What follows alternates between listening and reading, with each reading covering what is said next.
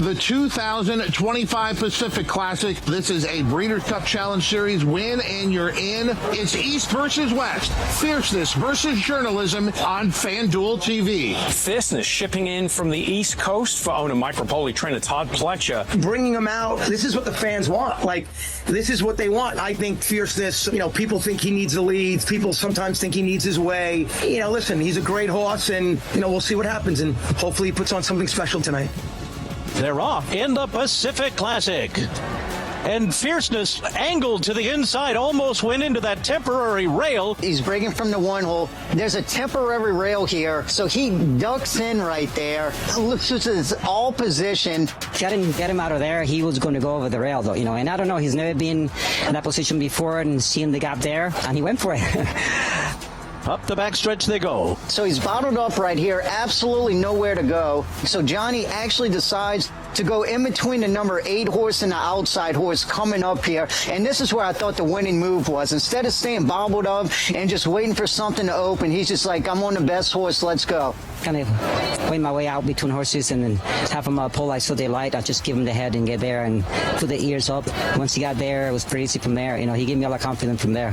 When he's at his best, he still has the edge on every other horse that we can talk about in the Classic division. Sovereignty, journalism, Sierra Leone, mind frame, you name it. So if the good Fierceness shows up in any race he runs in, he's going to win. And they're into the stretch, and Fierceness is in front. He's got a 2-length lead, and Journalism has a furlong to run him down. Fierceness and John Velasquez still there at the 16th pole. Journalism is all out, and he's not doing enough to beat the beast from the east. Fierceness has won the Pacific Classic by 3. Journalism was second. What a horse race, and what a performance by Fierceness. He overcomes what looks like a disastrous start. He looked like he might be out of the race at the start. Instead, he recovers, makes a decisive move, and wins.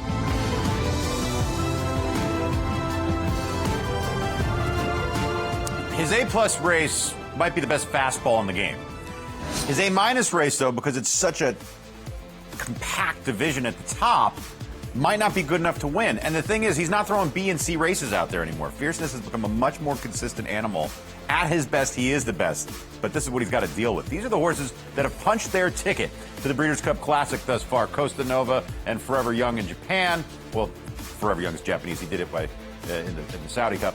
Hit Show, Mindframe, Journalism, Sierra Leone, Fierceness, Antiquarian, Nevada Beach. There's not a tomato can in any of them. It's as good of a classic as we've seen. As we take a look at the more the merrier, because Todd Pletcher, he's bringing 4 in. And quite frankly, Mike Rapoli doesn't know who's better, Mindframe or Fierceness. I personally think it's Fierceness, but that tells you just how good Mindframe is. Don't forget about the Jockey Club Gold Cup winner, an Antiquarian, or the Big Cap winner, Locked. This is going to be a quorum of horses that we have not seen one trainer bring into the Classic ever. This is as good as it has ever been. Could have the favorite, 3rd, 4th, 5th, 6th choices somewhere peppered in there. It's going to be, Fierceness won't be favored. It's going to be Sovereignty, but you know what I mean. He'll be 2nd, 3rd, 4th choice, something like that. It's going to be awesome. There's just no two ways about it. And the breakfast shows start in just about 5 days. Let's get back out to Keeneland. Gentlemen, I hope this whets your appetite, although you probably don't need to get any wetter out there, do you?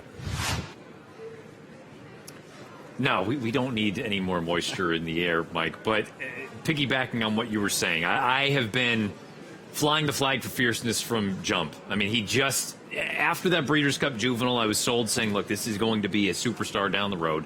And then he laid a little bit of an egg in his first start as a 3-year-old, came back with that brilliant Florida Derby, and then laid a bit of an egg in the Kentucky Derby. But since then, he really has kind of become, I don't want to say a model of consistency, but I think it's been wildly overblown, his sort of in and outness. He shows up more often than not with a banger of a race, and if he runs that race in the P Classic in about 2 weeks' time, I think he's the Breeders' Cup Classic winner. And that's why he's going to be my top pick in the Classic. And I liked him going into the Pacific Classic. He was my top pick in there, but he showed a totally different dynamic. We saw that replay. He almost hit the inside rail. I had to sit behind, and that's something he's he's never won that before, getting that type of adversity coming from behind. But that's why Johnny V's in the Hall of Fame. Didn't panic at all. Kind of made that middle move around the 3.5, which I thought was the absolute winning move, getting him out there and letting him strut his stuff. I should probably, let me rephrase what I said. If he runs back to that Pacific Classic, I think he is the likeliest winner not named Sovereignty. The thing with Sovereignty that makes him such a polarizing horse, in my opinion, maybe polarizing isn't the right word either, there's a scenario in which we haven't seen his best yet. Yeah. Which seems just kind of asinine to say, because he's coming off of a 115 in the Travers. None of these other horses, I think, are capable of running something into the high teens, dare I say, low 120 range. It's not out of the realm of possibility that Sovereignty takes another step forward and gets into the 120 range. If he does that, not only is he the winner, but he suddenly becomes on that short list of the best talents we've seen in the past decade. If he runs similar to what he did in the Travers, I think Fierceness, given the tactical edge that he has, is going to have every opportunity to beat Sovereignty. Yeah, and that's the thing about Sovereignty, too. When you watch his last few races, it's almost like when he gets to the front, he has a little bit in reserve. That's why your point's so good. It's crazy to say that we might not have seen the best of him yet, which I think that's what's making the Classic so good, too. He's yet to take a backward step. Fierceness has basically been this fast, I don't want to say from day one, but pretty darn close to it. Going back to the Breeders' Cup, but I think back to that Florida Derby specifically, that 110 that he earned down there at Gulfstream Park. He hasn't gotten appreciably faster, but the good news is that a 110 on any given day is probably good enough to win just about any Grade 1. The thing with Sovereignty, though, is he continues to take those steps forward. He's already fast, but he could get even faster. Let's take a look at the top two, who we think are going to be the top two anyway, as far as the market is concerned for the Breeders' Cup Classic. We talk about the Derby and the Belmont winner and the Travers winner in Sovereignty. We talk about last year's Travers winner and this year's Pacific Classic winner in Fierceness. I look at the two of them and say, talent-wise, they come at it a little bit differently, Joe. Fierceness has that brilliance about him. Fierceness can kind of blow your hair back and say, wow, that was a kind of crazy performance. Sovereignty has that sort of, he's the closest thing to arrogate that I can think of, that there's no bottom. He'll just keep going. He'll keep firing. And oddly enough, as far as 3-year-olds are concerned, the last horse to earn a 120 plus as a 3-year-old was Arrogate.